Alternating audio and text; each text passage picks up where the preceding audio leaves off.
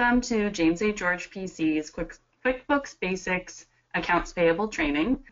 And so today I'll be walking you through some of the basics in accounts payable, writing checks, and then also addressing some common errors and ways to correct issues with the accounts payable. So the first place that we're going to start is the Vendor Center. So when you open up QuickBooks, up top you'll have your menu, and you'll click on Vendors, and it will take you to your Vendor Center. So the Vendor Center is where all the information about your vendors is summarized. You'll see here's a list of all of your active vendors. If you click on any of them, right here, it'll take you to the company name, the contact person, address, and then down here it'll also summarize any information that we have about the vendor.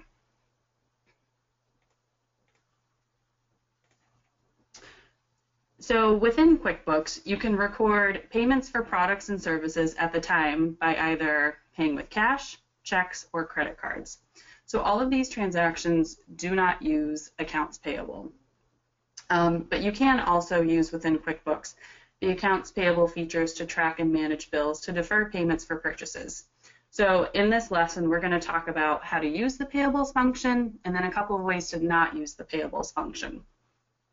But first, I'll delve a little bit more into the basics of sort of the Vendor Center and what else you can do. So again, I kind of talked about what lives on these screens, but you can also, if you right-click, you can edit vendor information to update, any addresses, if you have contact information, just any sort of pertinent things to summarize from the invoice back into QuickBooks.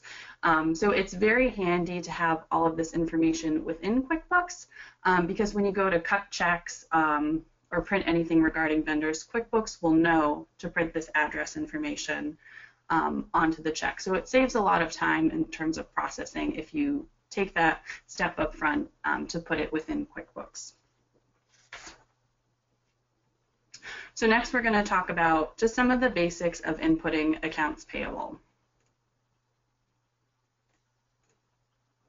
So the first thing is how to enter bills within QuickBooks. And there's a couple of different ways to do this, and I'll show you both ways, none of which are wrong, just within QuickBooks. It allows you to do the same thing in multiple different ways. So up top, again, if you click Vendors, you'll have sort of all of your vendor functions. And then if you hit Enter Bills, it will take you to another window where that sort of looks like an invoice where you enter the bill in QuickBooks. So QuickBooks makes this very easy in that the information that you see on an invoice that comes from a vendor, you're just going to populate into this window right here. So in this example, we are going to use the Bank of any city as our vendor. They sent us an invoice and said, hey, you owe us money, please pay us by a certain date. And the default date for this example in QuickBooks is December 15th, 2020. And so we'll put that as today's date since that's the date of the invoice. Next is the reference number. So for the reference number, you will want this to be the invoice number that the vendor gives you. So if every time they send you an invoice, they give you a unique invoice number, I would definitely input that into this area right here. That way, if a vendor sends you multiple invoices, you can keep track of them one by one. So let's say the vendor's invoice number is 12345. So we'll just input that there. Next, you'll want to put the amount due. So if the vendor says that they are owed $585, that's what you'll want to put right here. So we'll put $585. Next is the bill due date. This is very important, I think, to put into QuickBooks, just because QuickBooks does have a way of keeping track of the days that your bills are due. So, for example, if you're tight on cash and you only want to pay certain vendors, it's helpful to know whose bills are due tomorrow versus whose can I wait until next month. So keeping this matching what the vendor invoice says is very important. So let's say our invoice is due on the 28th. And later on in the training, I'll show you how to pull different reports that sort the vendor bills by due date and everything like that. And you can also pre-populate the terms of the bill here. So for example, if every single time the vendor sends you an invoice, it's due within 15 days, you can say it's net 15, net 30, if it's 30 days, and so on. The great part about that feature is in QuickBooks, if you pre-populate this, it will do the math and automatically put in the bill due date. So it's one little shortcut that you can take when entering invoices to make it just a little bit quicker. So next, we'll go over the memos within the bill inputting function. So if you look on the screen, you'll see that there's two different spots to input memos. You have the first one within the bill part, and then another one down below. Now, while they may look the same, they actually serve two separate purposes. So the one up top is actually anything you write here. When you print the check to send it to the vendor will actually see this memo. So what I recommend people to do is if the vendor gives you an account number or some sort of specific identifier that you want the vendor to see, definitely put that here, because when you print out the check, it will populate here. So for example, if our account number with Bank of any city is 234, we'll put that here. Again, that way when the check prints, the check will have account 234, and when we send the check, the bank knows who it's for. So then, once you've input all this information above, you'll want to go down to this lower section here. And I would think anything in the expenses and below, think of this as the information that's sort of within QuickBooks for your own internal purposes. So the first thing you'll want to input is the account that this bill is for. So, you know, if it's a bill to Staples, your account is going to probably be office supplies. In this case, it's a bill to our bank for, let's say, a loan. So our expense is going to be the interest that we owe on our loan with the bank. We're just paying an interest-only portion at this time. So 100% is going to go to that interest expense for $585. The next piece to input is the memo. So on this memo, as I said earlier, this is sort of internal for us to know in the company. So here, you don't have to duplicate this account 234 because we already have that data and we can already search for it. So I would put something in this line that's useful for you to know internally. So let's say this is the interest payment on the December 2020 invoice. If that's something that's helpful to you, then you can put that in the memo. It's not required to put something there, but I would recommend it just so that when you go back, you don't necessarily have to pull the original invoice. You can just take a look at this.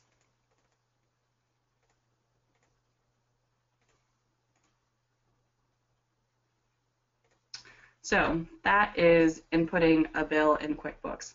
Now, one thing I would like to add is that when you look up here on the top left, most times with invoices, you will be inputting a bill due to someone. However, on the rare occasion that a vendor does send you a credit, meaning you may have returned something and they're giving you money back, or there was an error in pricing and again they're giving you money back, you can hit this credit button, and what that will do is it will allow you to input money that the vendor is giving you back into QuickBooks so you can keep track of all the money that you owe them, less any credits that they've given you.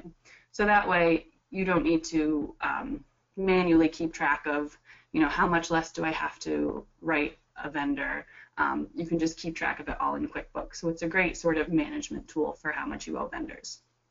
So once you have all of the data input into QuickBooks on the screen, you can either hit Save and New, and it'll open up a new bill window for you to write an invoice due to another vendor, or you can hit Save and Close, and as you see, it will take you back to the window that we were before.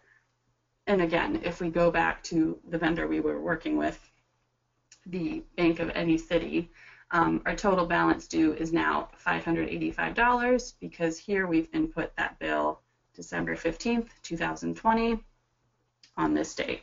So again, QuickBooks is keeping track of all these invoices that we've entered. So the next step, after you've input all the bills that have come in the mail and put them into QuickBooks, it's time to actually pay these vendors. So we're going to talk about how to pay any open invoices that you see here in the vendor window. So again, if you go up top to the vendor button where all of your sort of vendor related tasks will live, you will see the Pay Bills button. So if you click on this, it will take you to another window. This window summarizes any and all bills that have been entered and that are currently due to different vendors. Again, as you'll see here from our example earlier, Bank of any city shows up with that invoice reference number 12345. We owe them $585, and it also tells you the day that it's due. And it looks like we've previously entered some vendor invoices here. So now we just have to decide, either based on cash or when things are due, who do we want to pay today?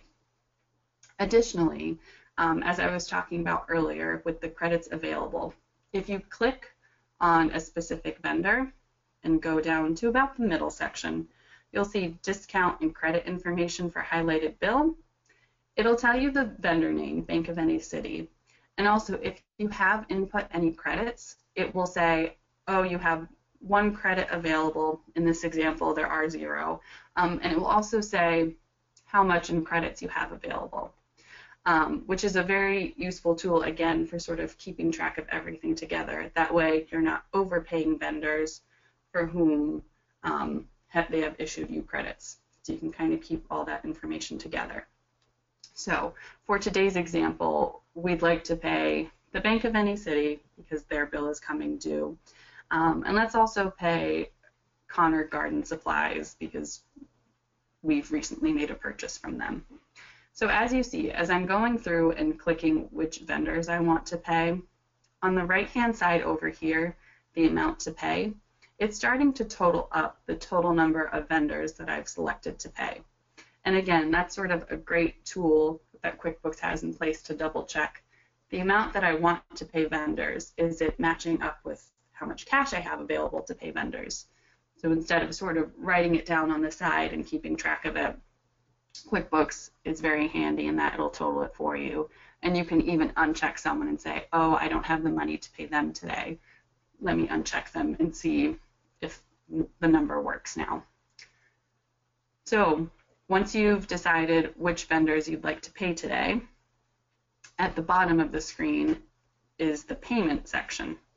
And this is the spot where you will write first, what day are you paying the bills? Is it today? Did it actually happen yesterday? Stuff like that. Most times, if you're keeping up with the accounts payable, everything will occur as of today. So again, our default in our sample file is December 15th, 2020. So that is the date that we will use. And the next is the method that we're paying. Again, if we are using the accounts payable function to later write checks, most times your method is going to be a check. So we'll leave that checked as that. And then the third piece to fill out is, are we going to print these checks later, or have we already wrote the checks to these vendors and we just need to assign the check number?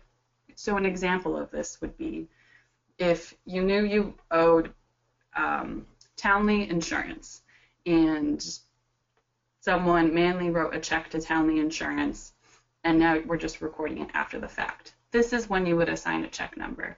But if you haven't paid any of the bills and you're just getting ready to cut the checks from the system, then most likely you will be using this to be printed button, which again is the default. And then the last piece with paying bills is you'll want to tell QuickBooks, which account am I cutting the checks from? Is it our checking account? Is it our savings account? Also, if you have multiple checking accounts, this is very useful for switching between the two. And again, your default will typically be the one that you're cutting checks out of. So in this case, it is the checking account. So once you've double checked that all of this information is correct, you'll hit this blue button down here that says Pay Selected Bills. And then what will happen is QuickBooks, from the bills that you've selected to pay, it will pop up this payment summary. So the payment summary just says, these are the items that you wanted to pay. Right now, do you want to pay more bills, print the checks of the bills that you said you wanted to pay, or are you all set for now? You can hit print checks and it will automatically take you to that window, but I'm actually going to hit done and show you a second way that you can go back and print your checks. But again, if you wanted to print them right now, you can click this button.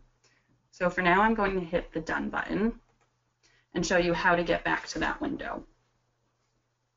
So if we go up to the top left again to our top bar, all of your printing functions live under File and then Print Forms. So when I go under Print Forms, you'll see we have a bunch of different options here. And in this case, we want to print checks. So I'm going to say Print Forms Checks. And then it will take me to that same window that it gave me the option to go to earlier. Now in this case, you see that there's more than just the 2 checks that we had selected earlier, because in this sample file, it had pre-selected some checks to be printed, and so we also see those here. So what happens in QuickBooks is, when you select the checks to be printed, they populate into this window until they've actually been printed. So what this means is that someone has previously selected these items to be printed, and no one's actually printed them to a check yet. So again, this is a good sort of management solution to see, these are the bills that we said we wanted to pay. Did we actually cut the checks yet? Let's go to this window to see if that happened. So again, in this area, in the Select Checks to Print, we have the different bank accounts. So if you have multiple checking accounts, you can toggle between the 2 to see if there's any checks to be printed in the other accounts. You'll see in the cash expenditures, there are no checks to be printed because we haven't told QuickBooks to print any checks from that account.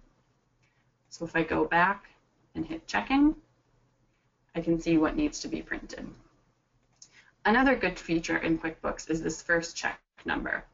So over time, as you use QuickBooks to print checks from, it will also keep track of the check numbers that you're using. So right now, no checks have been printed, so it just thinks that the default first check is number 1.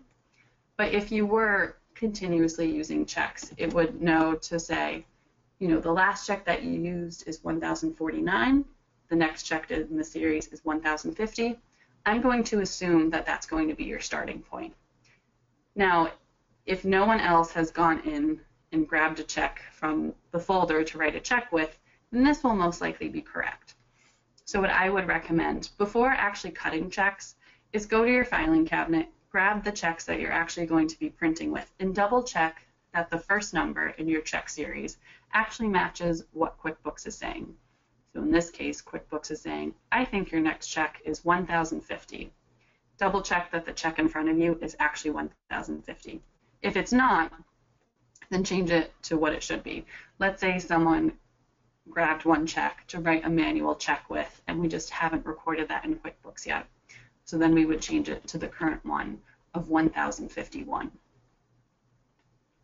So next, we want to select which checks we actually want to print. Most times, if you're just selecting bills for what you actually want to pay checks with, you're going to select all of them. But if, for whatever reason, you just need to print one check at this time, you can change which bills you currently want paid. A quick way of doing this is over here, you'll see a Select All and Select None. If you hit Select None, you'll see it unchecks everything, and it will say there are no checks to print. And if you scroll down, it confirms that that is the case. Alternatively, if you want to print all the checks that are in your queue, you can hit Select All.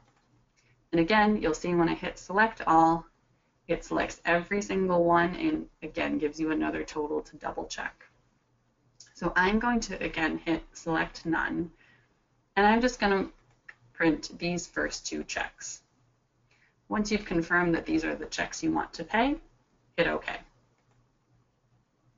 What this will do is it will then take you to your print screen where you will select the printer that you want to use to cut the checks with.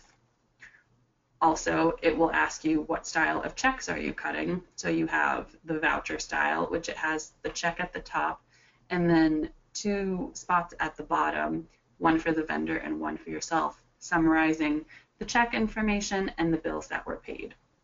We also have the standard, which is 3 checks all in a row, and then the wallet style.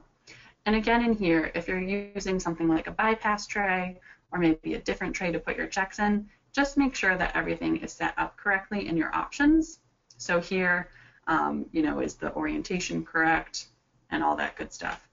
Typically when you change the settings to print check in QuickBooks the first time, it'll remember it for future times, but at least here we have to use a bypass tray. So I always double check that it is using the correct tray to print everything from, because you don't want to accidentally print something else and then have to go back and fix it. So that is it for printing checks. If you were actually printing them, you would hit print. I am going to cancel out of this. And you'll see it knew that I didn't print the checks, but if we did print them, it would continue with that.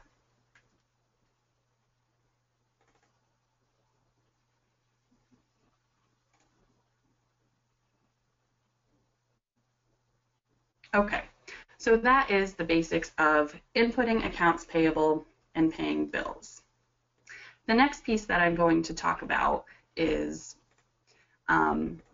dealing with some of the unusual instances in QuickBooks. So what happens when something goes wrong and how do I fix it?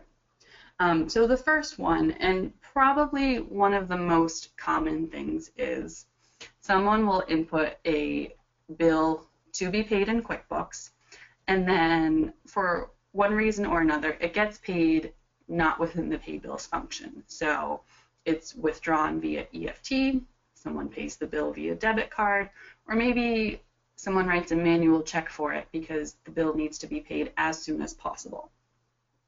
So there is a way in QuickBooks to clear off the open bill while still inputting that the bill was paid. So in this example, we have here Cal, Gas, and Electric for $137.50. Let's say that someone paid this via debit card, and now we need to record that payment and clear this off because we don't want to accidentally pay Cal, Gas, and Electric twice. So let's say that this was done via EFT. So to do this, we're going to revert back to sort of the standard way of just writing checks out of QuickBooks.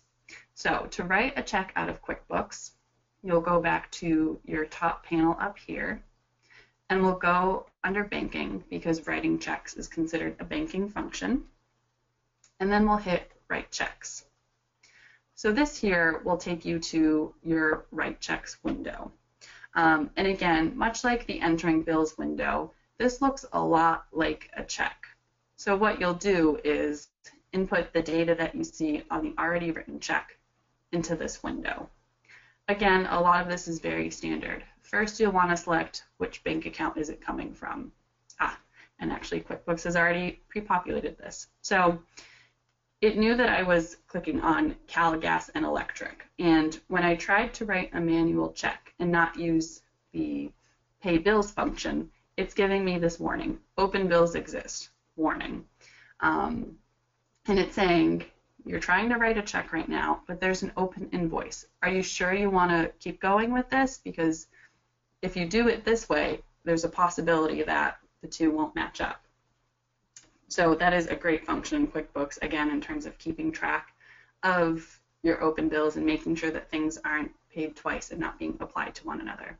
I'm going to say continue writing check because I'm going to show you how to apply this check to that invoice.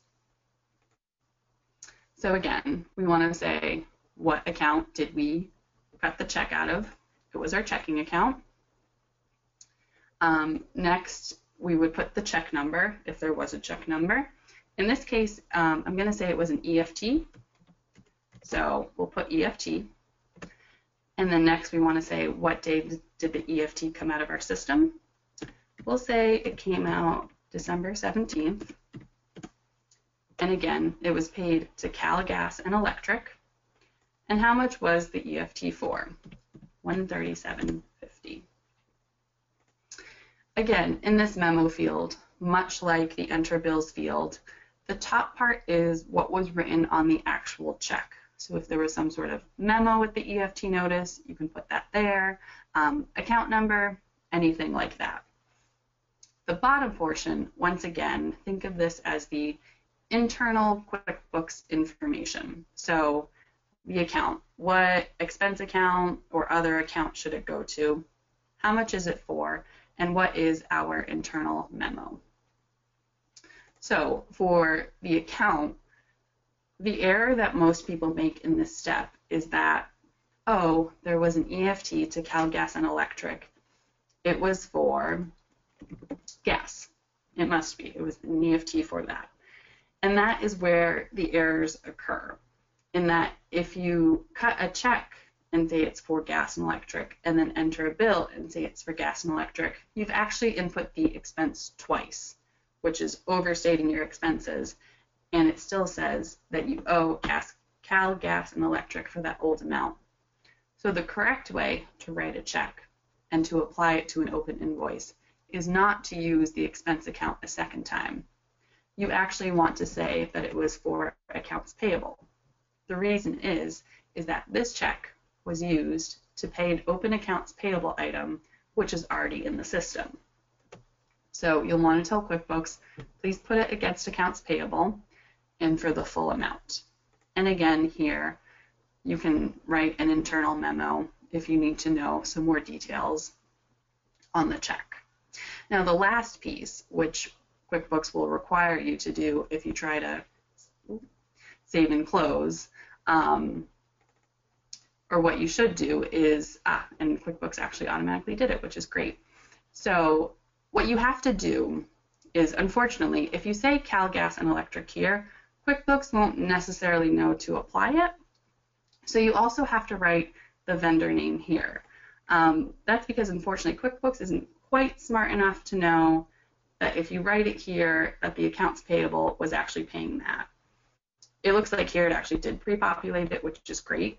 In some of the older versions, it doesn't do that, but still definitely double check that you're applying it to that vendor here. So once that is all set, we'll hit Save and Close. And if we go back to our vendor center, we'll see our balance for Cal Gas and Electric is $0 because we don't owe them anything. We had a bill, and then we paid it via check. Now, one thing about writing a bill and then paying it with a check, not within the bill pay function, you'll see here there's two different types of checks that are written, the check, which we just input, and then the bill payment check, which comes from that pay bills window.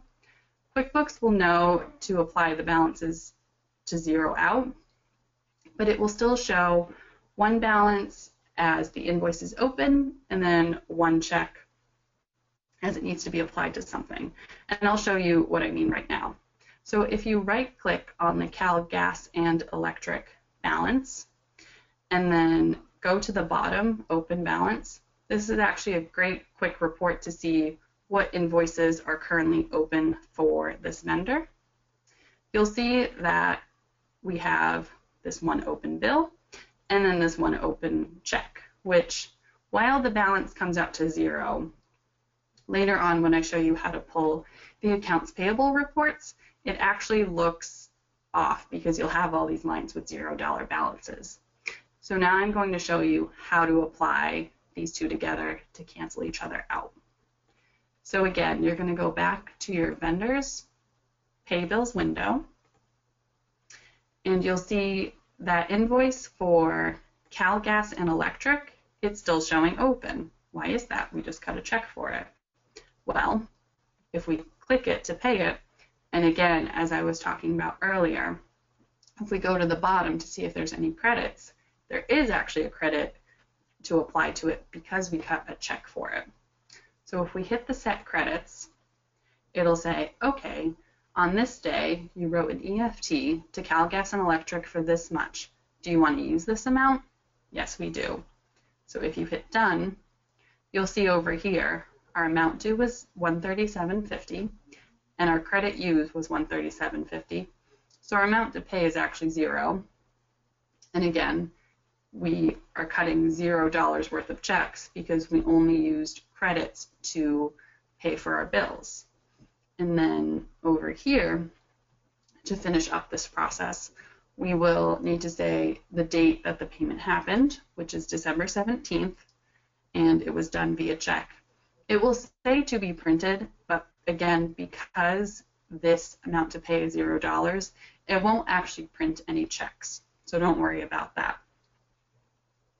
So once you're all set with this area down here, you'll hit Pay Selected Bills. And again, it will pop this up as saying, oh, payment was successful for these items. But as you'll see below here, it will not give you an option to cut checks. Again, because the total was $0, it knows that a check does not need to be written for that. So if I hit Done, you'll see that our vendor open balance report that I had open earlier that showed the bills and the open check is now cleared out because we've told QuickBooks, please match this check up with this bill since one paid the other. So that's great, that cleans it up. And again, if we go back to the vendor center, we'll see here that our balance for Cal Gas and Electric is $0. So we don't owe them anything else. So that is how to apply checks, EFTs, and debit card transactions to open bills. Next, I'll talk a little bit about different ways that you can enter expenses into QuickBooks. Now, more and more these days, one of the most common things is credit cards. What is the best way for me to enter all of these credit card charges into QuickBooks? Well, there's actually two different ways you can do so. The second way that I'm going to show you is highly recommended. The first way you can definitely use, but I'll tell you a little bit about the setbacks of using the first method versus the second method. So for the first method, we are going to stay within this vendor center here. And the way that you do it is you input the entire credit card bill as a bill in QuickBooks. And I'll show you what that means. So let's assume that we have a credit card with Bank of any city. And I'll also show you that second way to enter bills in QuickBooks. So remember, the first way we used vendors enter bills. The second way that you can do it is actually, if you click on a vendor here, right click, you can also hit enter bills. And if you look down here, you'll see a lot of these options are the same as the vendor tab above. The advantage with doing it this way is when you hit enter bills, it knows that you mean you want to enter a bill for Bank of any city since you were clicking on that one. Again, both ways are correct. It's just a matter of preference at this point, which way you want to do it.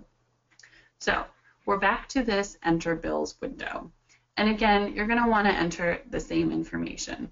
What date was the credit card bill for? You know, is there an invoice number that they gave you? How much is the total credit card bill for?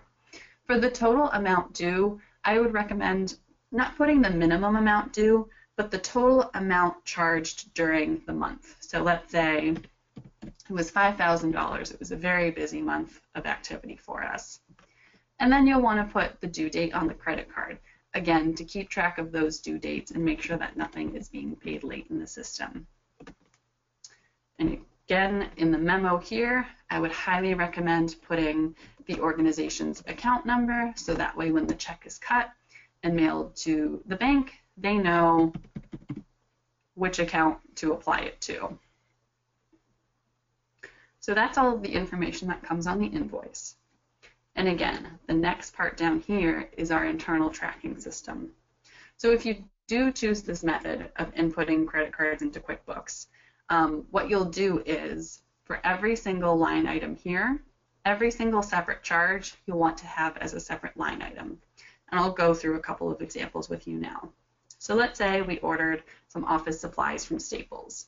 So we ordered our expenses office supplies, and the credit card charge was $102 for office supplies. So in the memo, you'll want to write Staples, so that way you know who the vendor is for. And then next, we actually purchased some more office supplies, except it was the next day, and it was from WB Mason for $26.50. So again, we'll put our expenses office supplies, the amount $26.50, and our memo WB Mason.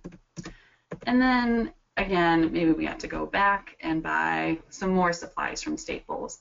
But this time, part were computer supplies and part were office supplies. So we bought some stuff for computer repairs. $80 of the $100 transaction was for computer repairs. And then the second piece is, again, just generic office supplies that we purchased. So I'm just typing in all of the pertinent information to the receipt here. And you would continue going on with this until your total of expenses here matched the total amount due up here. Now, if you're an organization that has a lot of credit card activity every single month, which more and more now, that's becoming the norm, this can become quite cumbersome. A, because you have to input every single vendor as a separate line item. And furthermore, in this case of Staples here, if you have one receipt where it needs to be applied to multiple different expenses, you have to start splitting up these expenses and then going back and trying to keep track of what's already been input versus hasn't can become a little bit of a nightmare. The second part to this is that you don't get as much ability to data mine by doing it this way. Because as you'll see here, the date that we're inputting all of these credit card charges on is the day that the statement was done, so December 20th. But credit card statements go over the course of the month. So some of these, for example, this Staples bill here could have been from the end of November. And by doing it this way, you have no way of knowing, was this Staples purchase from November? Was it from December?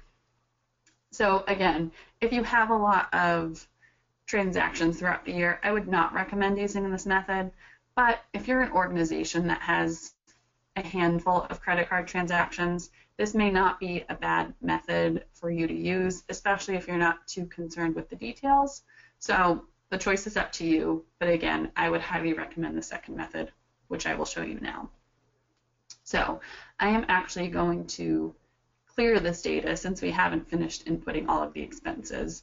And this is also a useful tip. If you start a bill and you want to scrap it and start later or start from scratch, on the bottom right-hand corner here, if you hit clear, it'll just clear everything as if you hadn't input anything.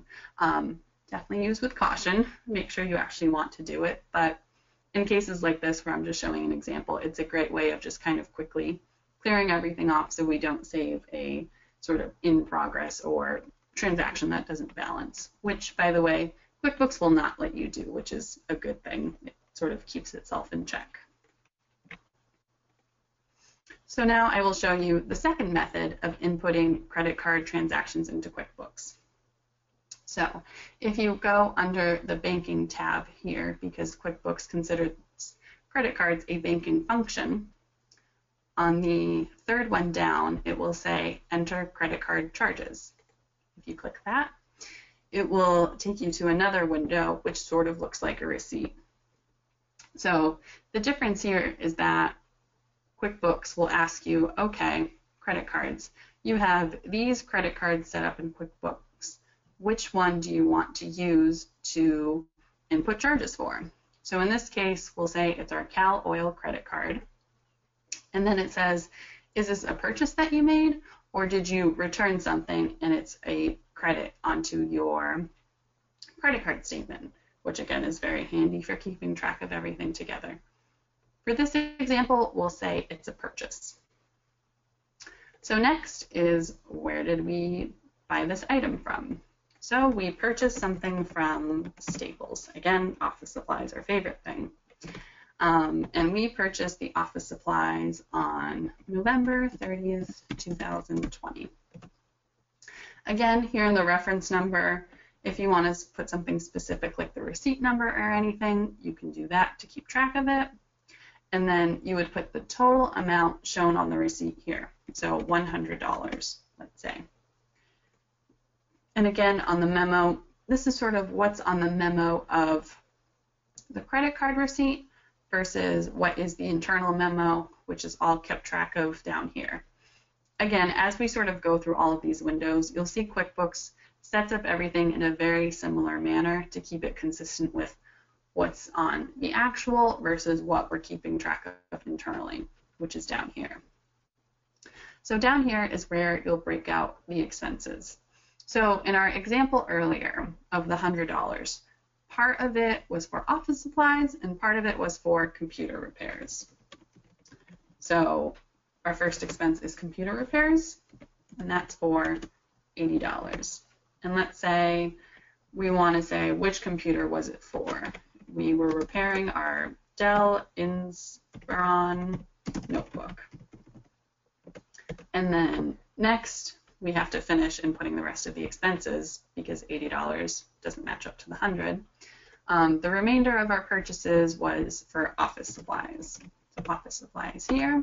And maybe you want to note that we purchased binder clips.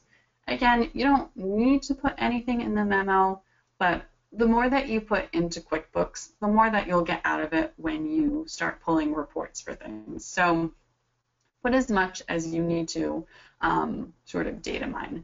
I personally like putting more information here just because if I need to look up a transaction later, I can do everything within QuickBooks and I don't have to go hunt for that old credit card receipt to say, oh, we spent $100 on this. What did we exactly buy? If you put all the data here, you can very easily search for information. So once you've input all of your expenses, you can either hit save and close to save this and close out of the window, or if you need to enter more, you can hit save and new. And so again, maybe next we purchase something from, again, Staples, and it was a few days later, we needed some more office supplies, and it was for $50. And you'll notice here that QuickBooks actually learns pretty quickly if you have the preferences set up correctly. And later on in the seminar, I will show you how to edit some of the preferences. QuickBooks remembered that, hey, last time you had a Staples charge, you used these two accounts. So I'm going to pre-populate that for you because I'm guessing that it was probably the same thing. And that is one feature I would highly recommend keeping in QuickBooks is for it to remember what the previous transactions were. Just because, again, with a lot of vendors, such as Staples, you're probably purchasing office supplies. If you're going to Shell, you're probably purchasing gas. If it's your bank, it's probably some sort of, interest expense or bank charges and stuff like that. So by having it set up to do this, it's actually a big time saver with pre-populating the data. Now, in this case, we actually did just purchase office supplies for $50, and let's say it was just some binders, and we can put that there. So you can either keep this line here, or me personally, I like to, any zero lines, I just like to clear off. So if you click on this line and you go to edit, you'll see that you do have a few different options for editing the transaction that you're in. So in this case, I'll want to delete that zero line so that just the one with information is there. So that is pretty much it for inputting a credit card charge. And I'm going to hit save and close. And again, the second method that I just showed you is definitely the preferred way of inputting transactions. One of the last reasons being that with inputting the credit card transaction separately, you are able to reconcile the credit card accounts to make sure that all of your transactions are in there. And I'll show you what I mean right now. So while this training does not cover sort of reconciling bank accounts, I will show you how to reconcile the credit card. So again, if you go to Banking, Reconcile, it will take you to all the different accounts that you can reconcile. And it is pre-populated to Cal Oil card, most likely because that is the most recent one we were using. And let's say our statement date that we want to reconcile is November 30th, because that's the last statement that we received. And the ending balance on the statement was $5,300. Also, if they charge you any finance charges, you can input that here instead of inputting it as a separate transaction. And then if you hit continue, it will take you to that reconciliation window. So as you're sort of going through the statement and saying, okay, on this day, yes, there was a transaction for $22.50, we'll click off that. The next day, there was another one for $25 and so on. And so you'll keep clicking these off until your difference is 0 and you can reconcile it. Again, it's just a great tool to make sure that all of your transactions total up to your credit card statement and that you didn't accidentally mess up and forget to put one in or maybe put 2 in. So it's a good sort of check on yourself. So those are the basics of inputting credit card charges in QuickBooks. Next, I'm going to talk about how to transfer funds between bank accounts. So this is actually one of the simplest things to do in QuickBooks in that it gives you a separate window to do it. So if you go to Banking, because it's a banking function, and you hit Transfer Funds, it again takes you to another window where you'll say, what day did we transfer the money? We'll say it was the 10th. And where did we transfer the money from? So let's say we've been doing really well and we want to take some of our money and put it into our savings account because we don't need it right now. So the money came from our checking account and we transferred it to our savings account. And let's say we transferred $5,000 because that's what we've determined we don't need. So by doing this, it's a very quick way of just transferring money from one bank account to another, instead of having to go through a more complicated process of writing a check from one account to another. QuickBooks just kind of has shortcutted everything and built this window for us, which is great. And then it just gives you a warning, you know, is this an online transfer or not?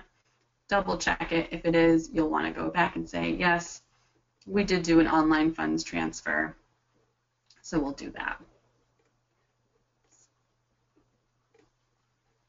Alrighty, so that is all about transferring funds. Now, the next piece that I'm going to talk about is voiding checks. While it may seem simple, voiding checks can cause a lot of problems with prior years if you don't do it correctly. So I'm going to go back to our vendor center and show you a couple of examples of voiding checks. So let's say we have an open check from Patio and Deck Designs, which the vendor got back to us and said, you know, we lost the check. Can you cut us another one? Which is perfectly fine. So the one big rule I would say with voiding checks in QuickBooks is that only void checks that are in your current organization's current fiscal year. So if you are a calendar year end, December 31st, and you need to void a check, only do so if it's in 2016.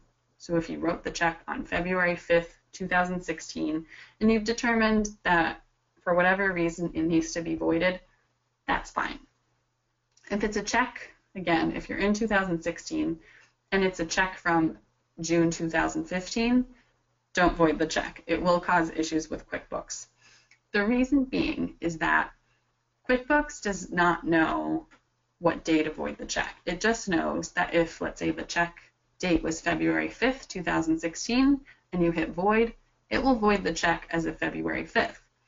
If you go back and say, I want to void this check from June 30th, 2015, it will go back to last fiscal year, void the check in June 2015, and change last year's numbers, which, if you prepare a tax return or have audited financial statements, it will cause your QuickBooks file to not match the taxes or the audited financial statements, which will become an issue down the road.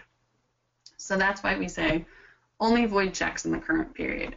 And I will show you how to do both, but for now we'll start with the easy part, which is the current period. So as I said earlier, we want to void a check from Patio and Deck Designs. They said this check number 1129, oops, we lost it. Can you void it and cut us a new one for that open bill? Sure, no problem. So we found check number 1129 that we need to void. And if we open up the check here, we'll see that it hasn't cleared the bank. If it had cleared the bank when we did our reconciliation in QuickBooks, it would have been noted here as such. So next, if we want to void it, again, we'll go to this edit feature here and say void bill payment check. And it's very easy. Once you click this button, it'll just void it, zero this out, and then we just save. And thankfully, QuickBooks has heeded the warnings, and it will also warn you one more time that, you know, if you're voiding a check, you're still going to owe money for the associated bills, and are you sure that you want to do this? Because QuickBooks is aware that voiding a check can cause ramifications. So in this case, we are sure because we know we're going to cut another check to the vendor. So we'll say yes. Perfect. And then if we go back, we'll see that check here is actually, it doesn't delete it. You don't want to delete anything. You just want to void it out so that it goes to zero. And now our vendor balance for Patio and Deck Designs is back to $182.50 because it knows that this bill here didn't actually get paid because we voided it here. So next time you go to cut checks, you'll just want to include a new check to this vendor to clear up their balance. So that is the easy way to void checks in the current fiscal year. In QuickBooks, if you do have a check from a prior fiscal year, we'll say June 2015, that needs to be voided, the only way really to do it is to create a journal entry in QuickBooks, which if you are a non-accountant, that does sound very scary.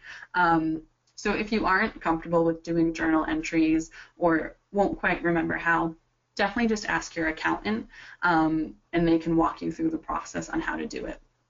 I will show you how to do it right now if you are interested in doing so. So in this example, we want to void a check from Townley Insurance last fiscal year. And another note about the vendor center you'll notice here is that you can actually sort transactions. So in this case, it's only showing us transactions from this fiscal year, but we can change that to say, show me all transactions, or I know this check is from last year, so please show me that check. And so here it is, check number 1463. That's the one I want to void. So before you do void a check in QuickBooks via journal entry, I would collect the relevant information about it. So what's the check number, check date, amount, and what was the original expense for? So once you have that information, you'll want to go to the Make Journal Entries window. So if you go to Accountant, Make General Journal Entries, this will take you to the traditional journal entry window with making debits and credits. And you'll want to make sure that the date that you void the check is just within your current fiscal year. Typically, I do the journal entry as of the day that I decide to void the check, just to make it very easy. And then with voiding a check, you'll want to know, which account is it being voided from. We write all of our checks from the checking account, so we'll select that. How much is the check being voided for? $1,200. And in this example, when you're voiding checks via journal entry, the cash account you'll always debit. So that's one sort of cheat sheet to any non-accountants out there who want to void checks via journal entry. And then in the memo, I like to write as much detail as possible about the check that I'm voiding. So I'll write, what was the original date of the check? What was the check number? Who was the check to? and also how much was the check for. And I should probably also write that we are doing this entry to void the check. And then you can also say maybe the reason why you're voiding it. That way, when you look in QuickBooks, anyone who's reading it can very quickly know, this is why we made this entry. So that's the first part of it. And then the next part is you just have to write which expense it originally went to. In this case, it was insurance expense. And so that other side will be a credit. So once you have all of this information, your memo, the check that you want to void, you'll hit Save and Close. Now, at this stage, you're not done with voiding the check. Again, QuickBooks isn't smart enough to know this entry needs to match up to this check that I want to void. So when you go at month end to reconcile your bank account, again, it lives under Banking, Reconcile. And you'll want to reconcile your checking account as of, let's say, year end. When you hit Continue, what you'll need to do to clear both off of the list is you'll need to find the original check that you want to void. So here it is, check number 1463. And then that's one piece of it, but you'll also need to find the entry that you just made. So here's our journal entry for $1,200. So in this way, you're sort of matching up the two transactions. I have one check for $1,200 and one deposit back to void the check for $1,200, thereby zeroing it out. It's very important when you do the bank reconciliation to match these two up, just because you don't want your bank reconciliation to be running these super old checks and journal entries of stuff you've already voided. It just becomes very cumbersome over the years. So I would recommend matching the two up just to clear them off for the future. And then once you're done reconciling, you'll just hit Reconcile Now, and they will clear off of this. So that is sort of the crash course in how to void checks in QuickBooks regarding bills. Next, I'm going to talk a little bit about editing those preferences, as I mentioned earlier. So as you sort of saw as we were going through, there's different things that QuickBooks will pre-populate. And if you've used QuickBooks before, the beeping and just kind of anything else that you can change in the system.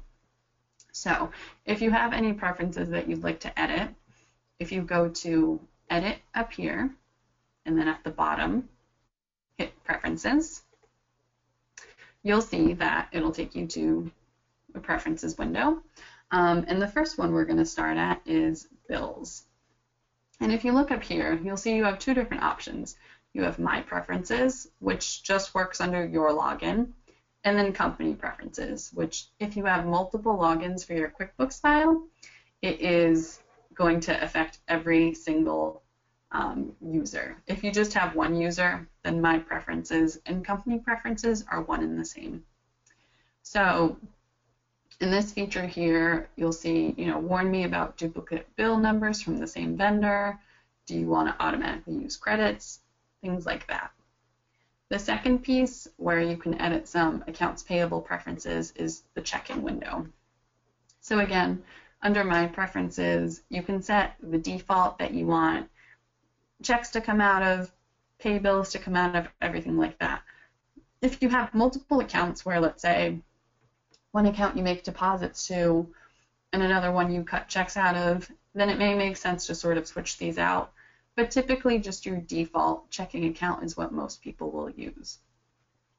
And then under Company Preferences, there's just some more things that you can ask QuickBooks to do. So warn you about duplicate check numbers, autofill payee account number and check memo. That one is also a great one, so that every time it just knows to put your account number in there and you don't have to look it up every single time. Again, another great time-saving tool. And then the last piece of editing some accounts payable preferences is if you go under General, under My Preferences. This is personally one of my favorite areas to edit, in that you can control a lot of those automatically recalling information functions here. So as I mentioned earlier, QuickBooks was pre-filling those accounts based on the vendor that I used with the past entries. That's because it was already selected as a preference. And if you don't have it selected, I would highly recommend it. Again, it's another great time-saving tool. In here, do you want QuickBooks to beep when you're recording a transaction? Do you want the decimal place to automatically be placed? And a bunch of other things. So I highly recommend sort of going through and playing with the preferences to sort of suit your needs as you're going through QuickBooks, because you really can sort of tailor make it to your input style. All right, so those are the preferences. The last piece that I'm going to talk about is pulling different accounts payable related reports out of QuickBooks. So the most common one for accounts payable reports is the AP aging summary. So all of the reports in QuickBooks live under reports, and this is a vendor report. So we'll go under vendors and payables, and we will see AP aging summary. So this report is most useful for you've entered a bunch of bills into QuickBooks and you've set them aside, and then a couple of days later, it's time to cut checks to these vendors. This is a very useful report for summarizing who do I owe money to and when do I owe them money. Again, particularly useful if you're trying to manage cash and you can't afford to pay all of your vendors at once. You just want to pay the ones that are coming up due. So, as I mentioned earlier, entering that due date becomes very important with this report because QuickBooks will sort your amounts due based on the due dates that you tell it. So if you have a bill that's very, very old, it'll come up in like the 61 to 90 days column. So that'll kind of prompt you to say, oh wow, we should probably pay this ASAP since it's very past due. Thankfully in this file, everything is pretty current. So you get a good sense of, everything is good. So we can wait a little maybe on some of these. So this is sort of the standard accounts payable report that most people go to. Another useful report, if you want to get into the details of the accounts payable a little bit more, is the unpaid bills detail. So again, if you go to reports, vendors and payables, and unpaid bills detail, it'll take you to another report which shows you all of the detail from that other report here.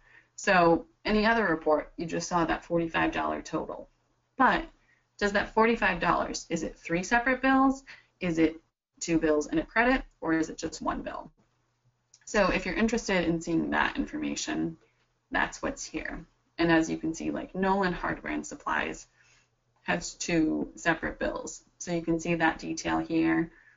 What day was the invoice and also what day is the invoice due, which is very important. The last report that I'm going to show you is the expenses by vendor summary or vendor detail. And that just kind of slices and dices the information a little bit differently. So in this case, if we go to reports, company and financial, and then you have your expenses by vendor summary and detail. I'll show you the detail. You will see here that it takes every single vendor that we've used so far this fiscal year and tells you any check that we wrote to them, any bill, any credit card charge, everything. So this report is getting into the weeds a little bit, but again, if you need this report to help you prepare some sort of information or just to get an understanding of, how often are we using certain vendors, who are we using for a lot, who are we using for a little bit, all of that information is here. Alternatively, if you don't want to see all of the detail, you can pull this report in summary. So if you go to reports, company and financial, and then expenses by vendor summary, same report, it just collapses the detail. Another great thing with QuickBooks is if you do want to see that detail from this report, just double click on it and it'll take you to a summary of just that one vendor. So that is all that I have for the training. If anyone has any questions, please feel free to ask them now.